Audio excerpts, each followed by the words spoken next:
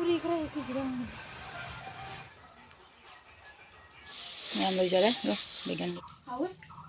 rồi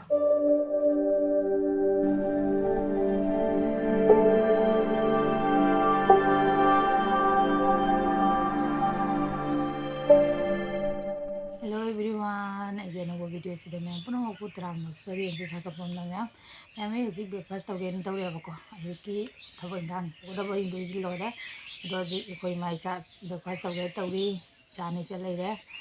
कोई ब्रेकफास्ट तो गे मैं भी नहीं इसी स्कूल चल रहा है को ना कोई पुन्ना तो गे तो रे jadi jamnya मैं ये जी चाकुम दा साक थोंगा गे संगे हिजां से ना कमेंट बता रो कोई रे बचा रो को मी साना थोंगा का जजद्री खो माव से ना का थोंगा बुरी चा है को दो आई छु ngasi ji try to ga na sa comment से फजरी गान दा अब चा गे ना तवे चले हा को तो ना टोमेटो ले रे नियन इंजे गाले से मो से हापगा थोंगा दा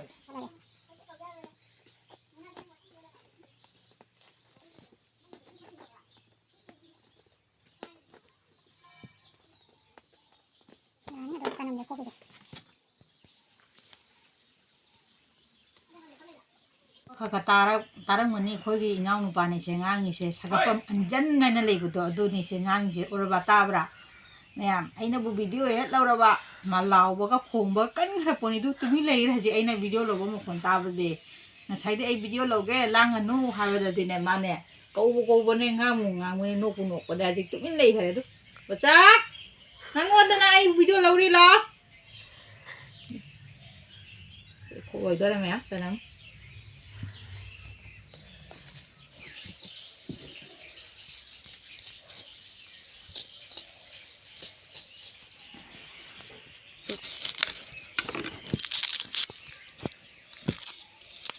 Apa nih? Susah namanya baca lagi.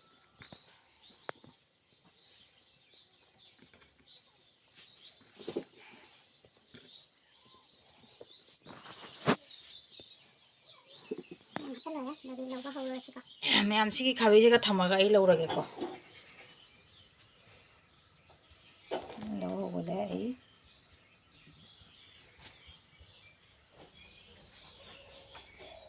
जाने बिजु जाऊं ना कोई खामें जे लोग मिला ली जाऊं तो जनी है वाला ना तो जनी है वा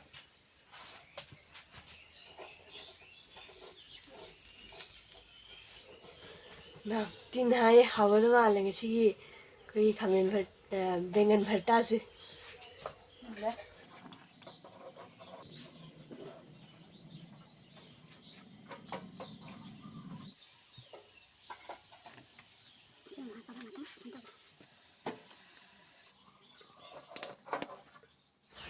मैं खाने में लोग वैसे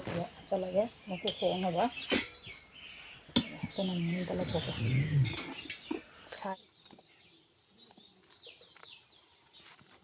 just looking like a flower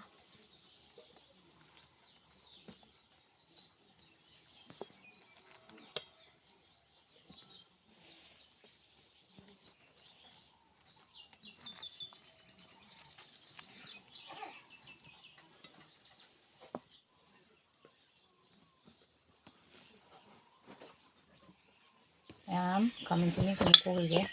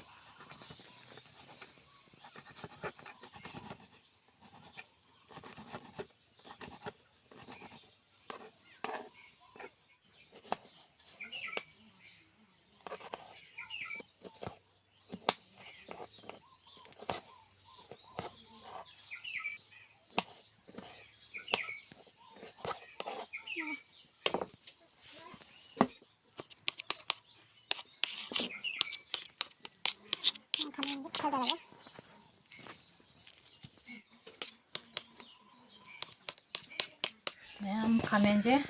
ꯈꯣꯛꯅ ꯀꯩꯅꯣ ꯇꯧꯅ ꯂꯣꯏꯔꯦ ꯁꯦꯝꯅ ꯂꯩꯔꯦ ꯑꯗꯒꯤ ꯁꯤꯁꯨ ꯁꯣꯏ ꯈꯣꯠꯅ ꯂꯣꯏꯅ ꯂꯣꯏꯔꯦꯕꯀꯣ ꯑꯗꯨꯗꯤ ꯊꯣꯡꯕ ꯑꯃꯨꯛ ꯍꯧꯔꯁꯤ ꯀꯣ ꯄꯥꯁꯄꯣꯔꯠ ꯈꯤꯇꯪꯒ ꯁꯧꯖꯩꯒꯦ ꯃꯌꯥꯝ ꯑꯩ ꯄꯥꯁꯄꯣꯔꯠꯅ ꯁꯧꯖꯩꯕ ꯌꯥꯝ ꯄꯥꯝꯃꯦꯕꯀꯣ ꯑꯗꯨ ꯍꯥꯞꯄꯒꯦ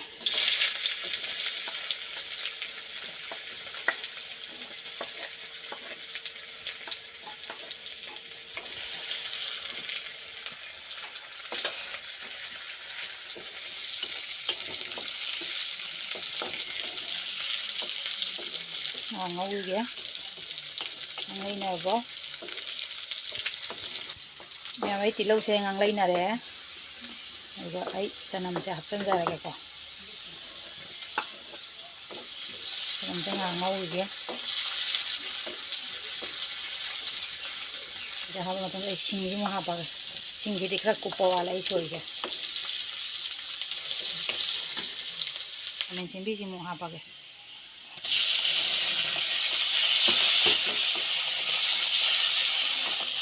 ꯈꯥꯃꯦꯟ ꯑꯁꯤꯟꯕꯤꯁꯤꯐꯥꯎ ꯇꯣꯏꯕ ꯉꯥꯛꯇꯪ ꯉꯧꯒꯦ ꯑꯗꯨꯒ ꯀꯨꯞꯁꯜꯂ ꯊꯝꯒꯦꯕ ꯉꯥꯏꯍꯥꯛꯉꯥꯛꯇꯪꯒ ꯀꯨꯞꯁꯟꯈꯤꯒꯦ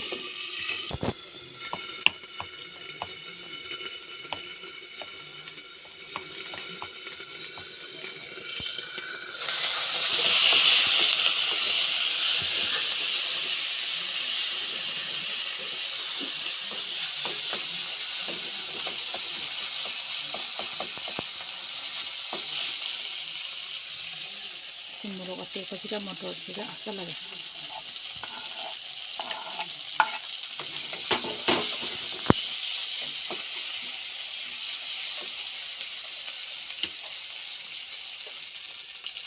ꯃꯆꯨ ꯆꯥꯃꯁꯁꯦ ꯃꯆꯥꯁꯦ ꯆꯥꯃꯁ ꯑꯃꯒ ꯃꯈꯥꯏꯃꯨꯛ ꯍꯥꯞꯄꯒꯦ ꯖꯤꯔꯥ ꯆꯥꯃꯁ ꯃꯆꯥꯁꯦ ꯑꯃ ꯍꯥꯞꯆꯜꯂꯦ ꯑꯗꯨꯒ गरम मसाला खरा तैसलगे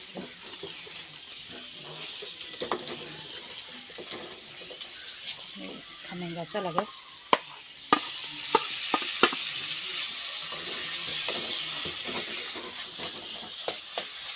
खतंग कललगे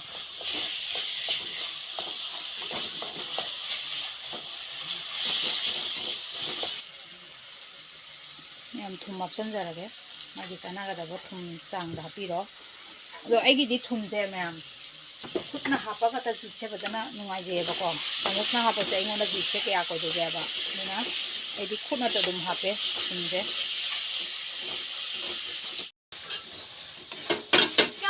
मैम लोइजरे आइगिदु खामेनगी बटारसे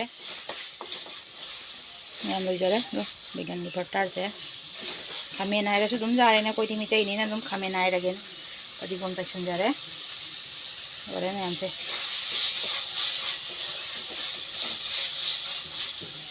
गैस ऑफ तौरगे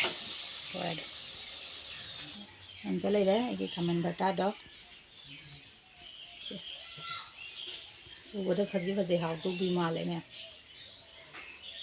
आई इसाना ngasi hamba try tobनेबा थोंबसे ममा होय चिचे होय थोंबदि चारे आइनादि थोंजद्रेबको ngasi try tobने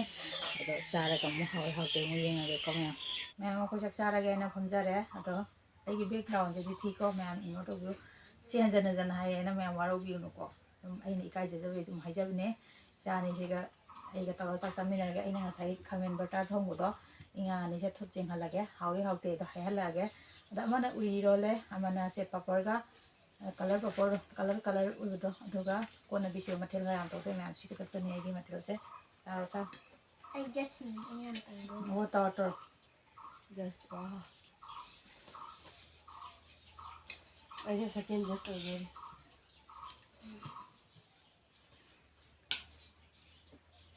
Manang yushini.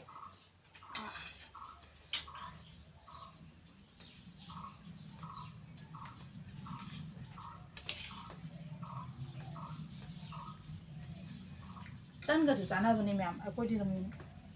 मजीदो चा रोटा दा चानिंग मपदुगा दम थोंगबने अब तन गसु चाबा हाव Nam chai. How? Howrah 10 out of 10. 10 of 10 Bây giờ thảo dân nào trâu kìa. Em ấy mà cái sẽ làm phần gì Thảo dân ở bốc kìa. Vâng Mama nè nè harau nó ba cái nè hay chơi living là tiền là quạ Chẳng nghe mà. anh tí đó Cái học từ cái học từ đó cứ ra đi. Học này nó 1,000 pi. đi sang là tụi nó ra giờ bên nè thằng ta là cái tụi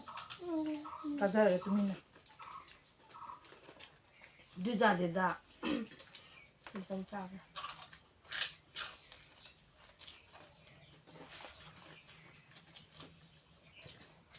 ऐसा लग रहा है कि मैं जन्नत पहुंच गया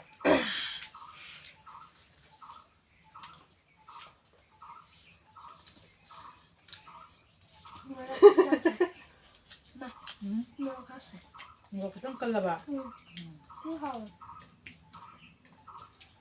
mua cái thì có thể làm xà bông một tụi nhà bà sang đi tụi nhà bà sao sao vậy rất đẹp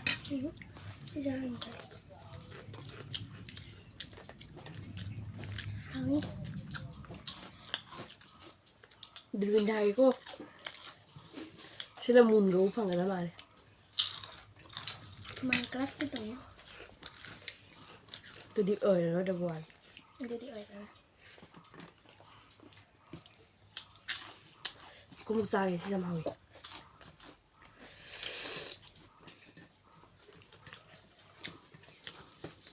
अरे से दूरबीन थी ना कनो का जाओगा माली दुबई का जाओगा माली ब्रुस खलीफा का उड़ानी अस नंगे डायलॉग तो थे दा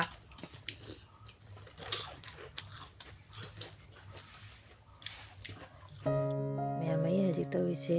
जेना मरकता चिंगसु मनांग ता तारे न कुंडोइने को से इसिंग साइ दि मांगे न चिंगसु मनाइ जे कुंडो बद इसिंग साइ न बनाइ तौरिने को सनाव की ममांग दा सुम से सिंगदो मने या सुमना की ना नै तुम जेना मरक से ताइ न कुंडो तोंग तौरुम बने हई से को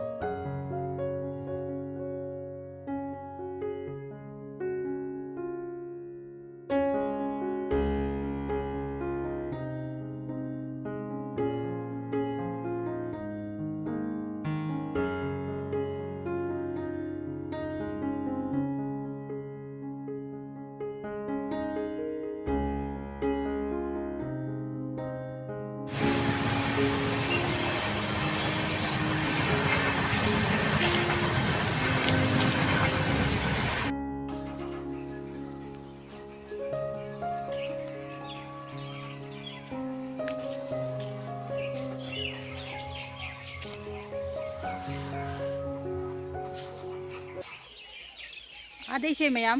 इसे तुम था ले पूजा तौरा लुहंगी खंदे